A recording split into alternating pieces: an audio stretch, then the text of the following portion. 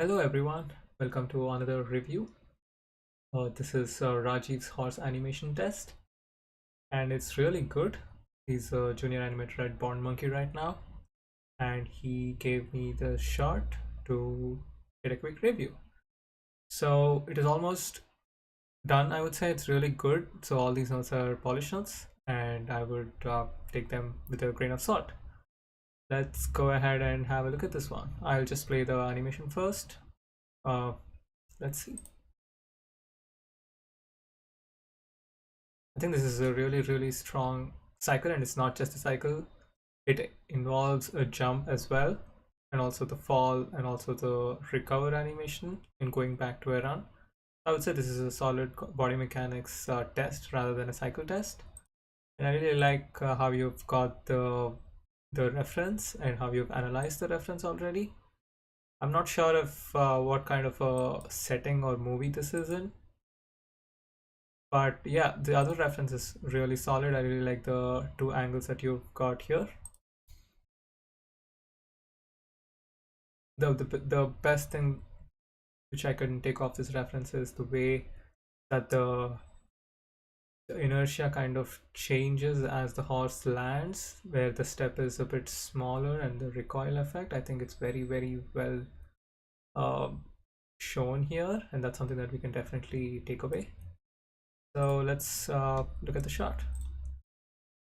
It's going to be a quick review. So the one thing, it's just the way that the model is there right now. It's not a very high quality model, and the only thing that kind of sticks out are these sharp edges. And if there's anything that you can do to maybe soften the amount of rotation so that we don't have these sharp edges. So that's something that just stood out when I kept playing loop by loop. And of course, make sure that you tweak the legs very slightly so that you don't have such kind of a silhouette where the edges are basically merging with each other. So try to have a very clean silhouette where maybe you have very slightly open negative space that kind of creates sort of an opening over there, something like that. That's something that you can thoroughly like create across. I like what you're going for here. That's the negative space that you're going for, but at the same time that is creating a lot of tangents which are which kind of, what do you say, don't they don't show those limbs clearly. They get merged with the other limb, and you can lose some sort of anatomy or clarity. So definitely try to not have that kind of tangents. It's basically going frame by frame and making sure that you still have the negative space while they don't form tangents. So that's one thing, especially these sharp corners and stuff. And the other thing was the spacing of the leg. I feel like this is too much spacing, because the leg is already up, the front leg is already up this high, and in the next frame also it's up this high. I would try to get an arc maybe over here and get that, so that you just kind of drag that leg a bit more. And the other one is to observe the reference on how you actually land here. This was the biggest thing. I feel like when the horse lands, the moment that it lands, the legs are very close to each other. You see the front part of the right leg is approximately overlapping with the left leg. So, and then the next step, both the legs go together, but the first leg stops midway and creates this sort of a distance. And the same thing happens with the back legs, where they take these legs spot and they hold there, and only in the next step do they go apart. So definitely try to get that in over here, where you kind of have the leg close by, and in the next step they can go far apart. You have here, and in the back leg as well, they need to take this spot. So basically, when at least like when running, the back legs tend to replace the position of the front leg, so they need to be traveling more forward and landing over here. That's, I think, one of the biggest change, I would say. Other than that, everything else is really solid.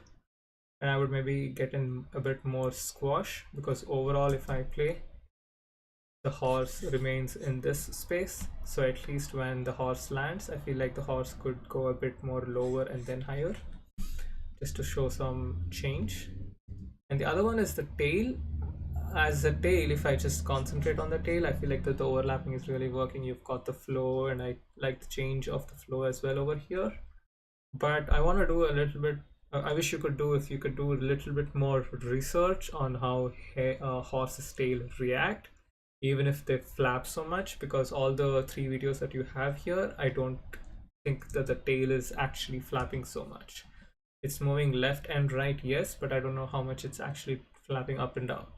So I would do a bit more research, and it just feels too flappy like a cat, but this is the horse, and it just stays static, and only the last part of the tail is the only thing that moves a lot.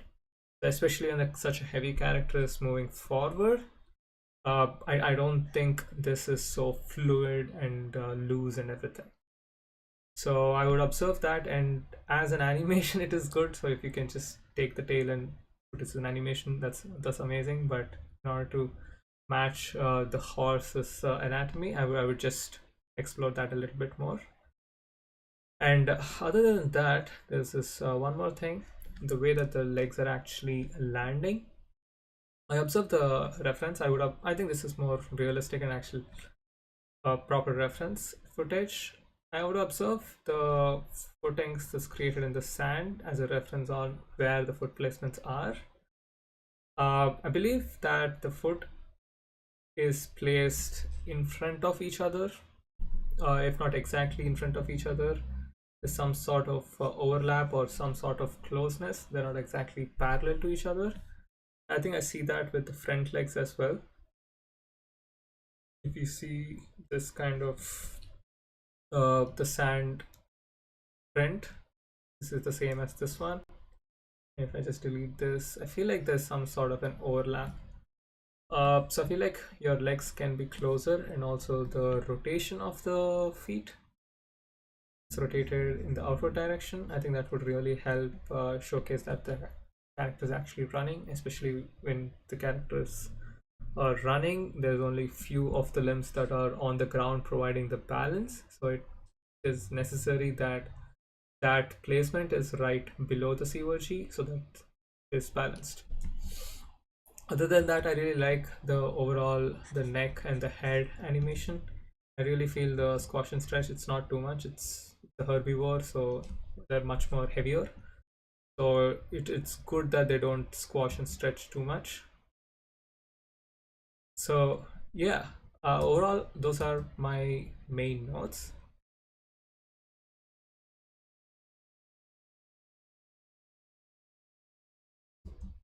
But yeah, this is a really good job, and feel free to let me know if you have any questions, and all the very best.